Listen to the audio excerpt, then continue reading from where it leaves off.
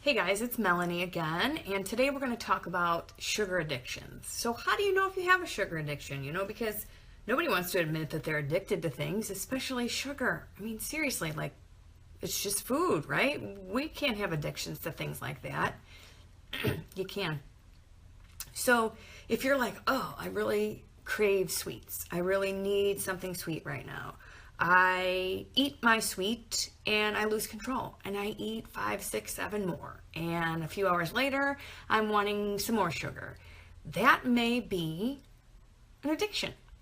I know, seems very, very weird. So here's what happens. Your brain kind of sees these sugary treats as a reward, right? And it goes on the sugar high and it's, your brain receptors are bouncing and it's like, woo, sugar's awesome, makes me feel so good. And you get a little burst of energy, like, right, we say little kids have, sugar highs and then they come crashing down. Well, guess what? Big kids can do it too.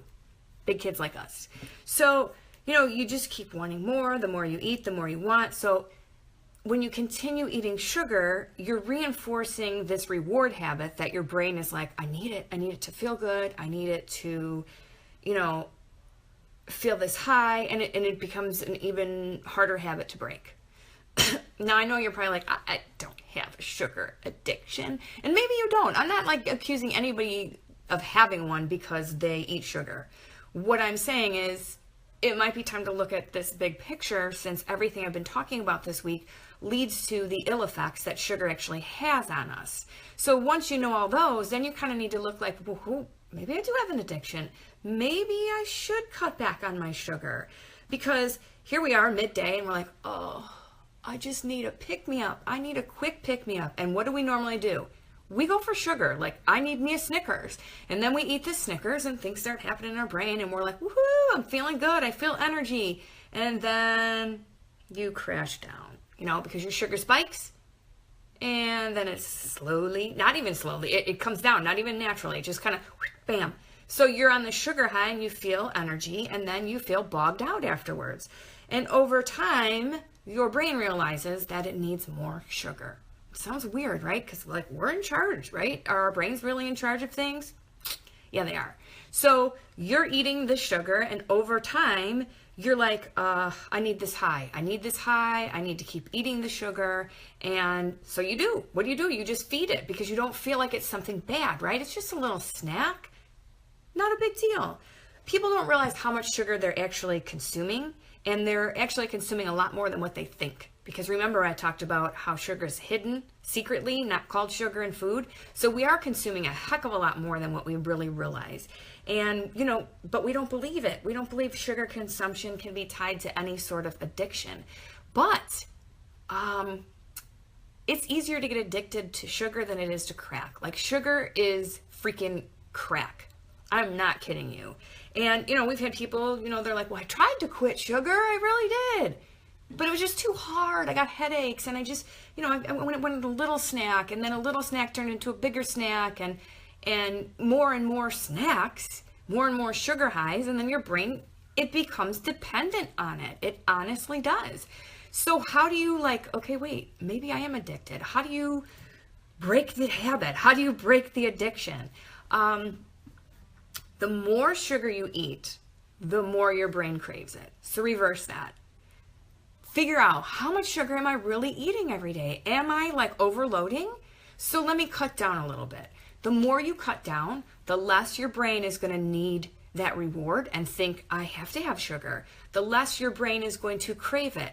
So each time you cut down, it makes it that much easier to avoid the, oh, I need a sweet snack, or I just need a quick sugar pick-me-up. You notice people are like, oh, I'm tired, I need sugar. Really, you don't. You don't need sugar. The reason why you keep going up and down is because you're eating the sugar, you're getting the sugar high, you're coming down, you're going up, you're coming down.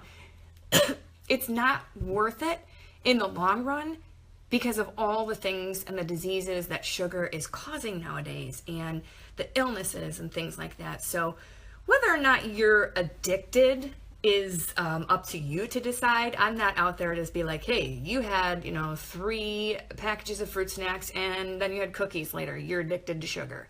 No, But if you're finding these symptoms that I'm talking about, like I lose control, it just like my brain takes over, I don't even think about how much I'm consuming, and I do it on and on and on, and I keep doing it and I keep doing it, that might be something that you might need to step back and be like, oh, what am I doing to myself? What am I really doing? Because maybe it tastes good at the time. I discussed this in the very first episode. Like, hey, it makes us feel like this shit tastes good, right? And then your brain's like, rock on, I need more sugar. So then as it goes through your body, I talked about everything it does to your body. And it's just, okay, so let's just say sugar decays your teeth, because that's what happens. Sugar is decaying your whole body the more you eat it. The more you eat it, the more it's ripping you up and decaying your body and putting you at risk for all these diseases and things that I've talked about in previous episodes. So take a look at the big picture and realize, like, maybe I should cut back on my sugar. I find myself kind of going overboard sometimes, and it's not just at birthday parties, it's all the time. It's not just at, you know, certain things that there's like extra sugar at. It's every day. It's all the time. That's when you want to look into it. I feel like if you are salivating so much when you eat sugar that you're like, yeah, this is exactly what I needed. Take a step back. Take a step back from the sugar, step away from the Snickers, and think twice about how much sugar you are putting in your body every day, because it seriously can become an addiction that you actually go through withdrawals of. You will find that when you start to pull back from it, you know, some people are like, oh, I can't quit cold turkey. So that's what I'm saying.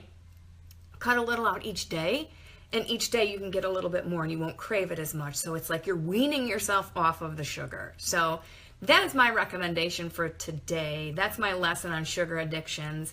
I want to thank you guys all for jumping on and joining me for this series, because I honestly, like I said before, I'm getting a lot of interaction and reaction in messages and stuff about, like, I didn't realize that, you know, I was really consuming that much sugar, or, you know, my so-and-so needs to look at this, or so-and-so else needs to look at this video. So thank you so much for posting. So I've said it before and I'm going to say it again one more time. You don't know what you don't know. So when you're in the know, you are wiser to what's actually going on in your body. You're more wise to what's going on with your health, and you're more wise to the fact that maybe we don't need medication for all of these illnesses that we have. Maybe we just need to change up some of the things that we're eating, and maybe sugar is one of them we need to change up. It's all up to you. I just want to keep letting people know, like, hey, what's up with this? What's up? Here's what's up. So once again, thanks for getting on, and I will see you guys in the next one.